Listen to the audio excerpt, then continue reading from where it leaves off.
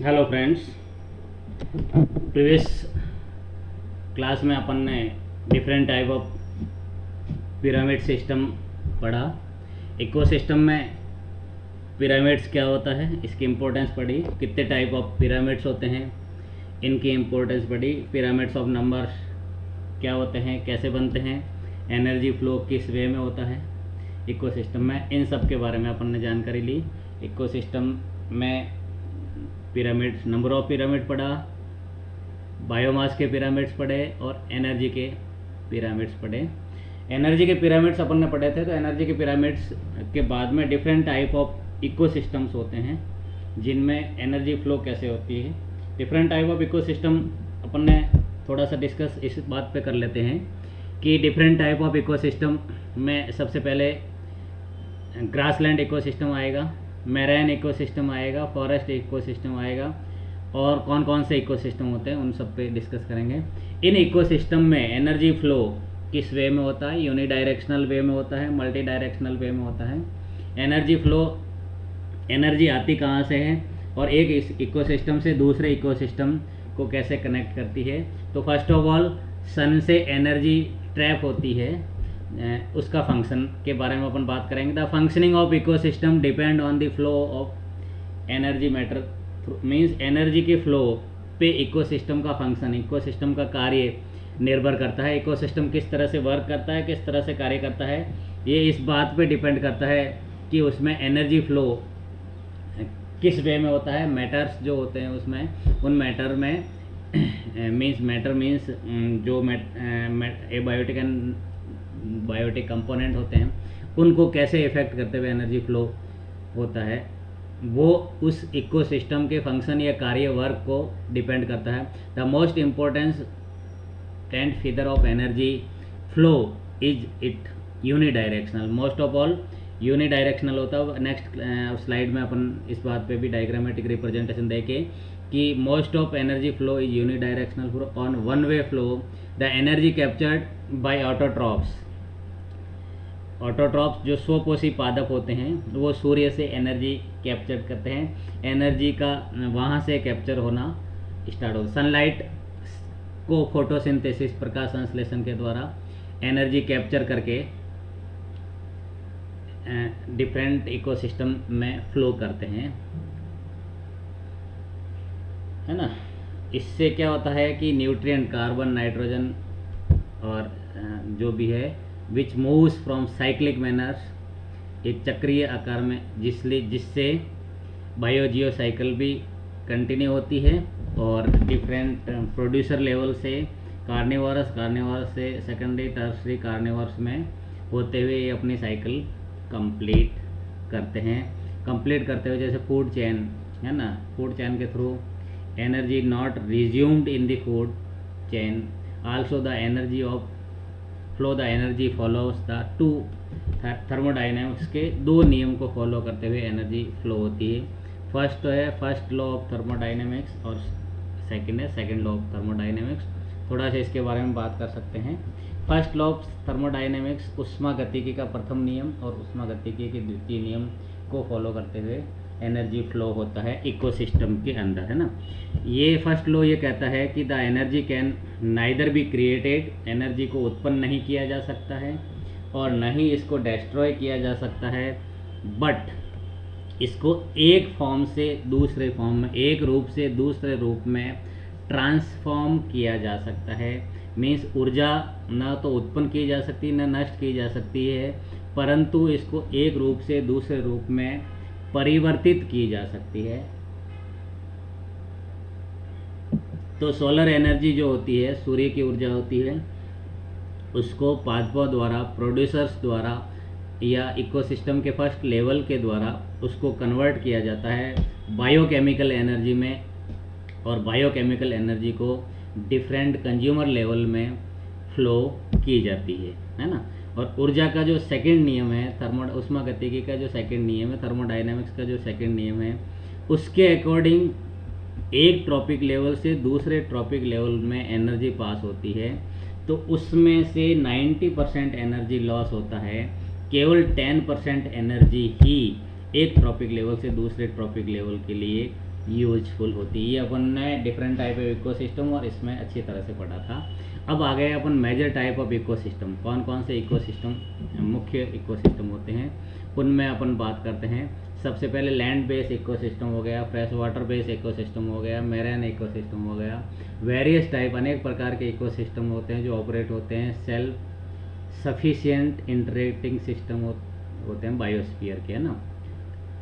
They have more और less similar fundamental plan to their gross structure and function, but they different in respect of their species, composition and rate of production. Means जो भी ecosystem होते हैं वो सामान्य तौर पर fundamental तौर पर एक जैसे ही होते हैं, एक जैसे ही उनकी ग्रॉस स्ट्रक्चर होता है और उनका कार्य होता है, परंतु उनमें कम्युनिटी और स्पीसीज, प्लांट स्पीसीज का कंपोजिशन डिफरेंट तरह का होने के कारण उसकी प्रोडक्शन रेट इन्फ्लुएंस होती है, किसी में बढ़ जाती है, किसी में घट जाती है।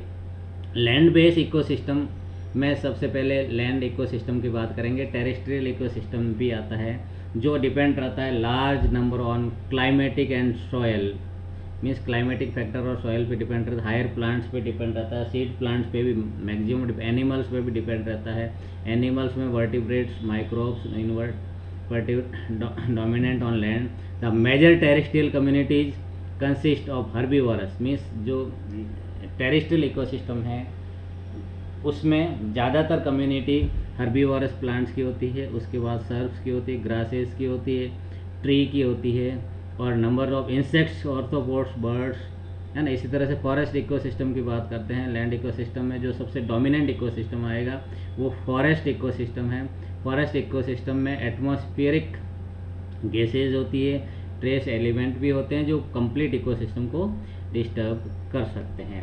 देन अपन फ्रेश वाटर इकोसिस्टम की बात करें। फ्रेश वाटर इकोसिस्टम में lake ecosystem, pond ecosystem, river ecosystem and spring ecosystem इसमें आएंगे। आर रिच इन न्यूट्रिएंट, इसमें न्यूट्रिएंट बहुत ज़्यादा होता है। नाइट्रेट एंड फॉस्फेट साइकिल होती है जो इसके लिए इम्पोर्टेंट रोल प्ले करती है। प्रोवाइड गुड हैबिट टू जू प्लैंकटन, इसमें कौन कौन से होते हैं? मैन जो जिनकी पॉपुलेशन या कम्युनिटी ज़्यादा होती है वो जू प्लैंकटन होते हैं, फाइटो प्लैंकटन्स होते हैं। जू प्लैंकटन ऐसे स्मॉल एनिमल्स होते हैं जो सी सरफेस पे, समुद्र की सतह पर फ्री फ्लोटिंग स्वतंत्र रूप से तैरते रहते हैं। और इसी तरह से ऐसे प्लांट होते हैं जो सी सरफेस पे या वाटर सरफेस पे फ्री फ्लोटिंग स्वतंत्र रूप से तैरते रहते हैं, उनको फाइटोप्लैंक्टन कहते हैं। एक्वेटिक प्लांट्स होते हैं, एक्वेटिक फिशेज भी इसमें इंक्लूड की जाएगी। देन मैराइन इकोसिस्टम, ये ओशियंस में होता है। 70% ऑफ अर्थ सरफेस, अर्थ के सरफेस में ओशियन भी 75% है, तो इसका पृथ्वी की सतह का 75% मैराइन इकोसिस्टम है।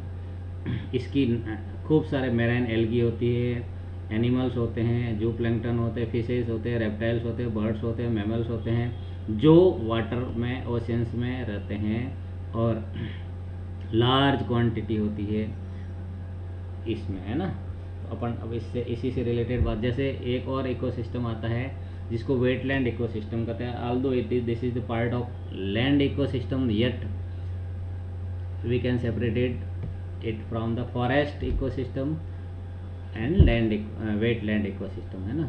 वेटलैंड इकोसिस्टम टेरेस्ट्रियल लैंड में होता है, बिटवीन टेरेस्ट्रियल एंड एक्वेटिक के बीच का पार्ट होता है, where water stand 3 to 300 centimetre, कहीं 3 सेंटीमीटर भी होता है और कहीं 300 सेंटीमीटर भी हो सकता है। इसको वेटलैंड इकोसिस्टम कहते हैं। जैसे अभी इसमें IAS में क्वेश्चन आया था कि सबसे फेमस वेटलैंड इकोसिस्टम कौन सा है, तो सबसे famous wetland ecosystem Ramsar ecosystem है, जिसको अपन ने डिस्कस किया था, प्रीवियस क्लास में भी किया था। These includes valuable natural ecosystem herbivoring variety of plants, animals, fishes, microbes. At present, they are in danger due to increasing urbanization. Means शहरीकरण बढ़ने से वेटलैंड इकोसिस्टम खत्म होता जा रहा है।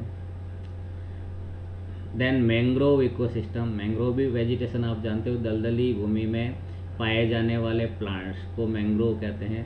उनको रेस्पिरेशन की प्रॉब्लम होती है, इसलिए रेस्पिरेटरी रूट्स स्ट्रक्चर बाहर निकले हुए रहता है। आप ये सब मैंग्रोव के बारे में जानते हो। मैंग्रोव का सुंदरबन फॉरेस्ट है, गंगेटिक एस्चुरिन डेल्टाज है, बे ऑफ बंगाल में है, ये मैंग्रोव्स होते हैं।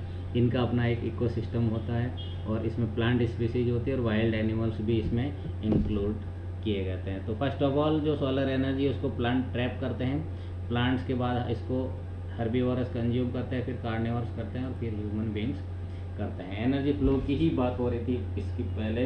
तो एनर्जी फ्लो इन इकोसिस्टम में the flow of energy from one organism to another organism, एक जीव से दूसरे जीव में ऊर्जा का फ्लो, ऊर्जा का स्थानांतरण, ऊर्जा का transformation ecosystem is known as energy flow. इकोसिस्टम में ऊर्जा का ट्रांसफॉर्मेशन एनर्जी फ्लो कहलाता है। In biological activity energy flow from the sun to plant and plant to all heterotrophic organism like animal and human being. The flow of energy takes place in the following way. सबसे पहले sun to plant, plant to primary consumer to secondary consumer, secondary consumers to tertiary consumers to tetrameric consumer, tetrameric to quaternary and quaternary to so on ecosystem है ना, sun ecosystem।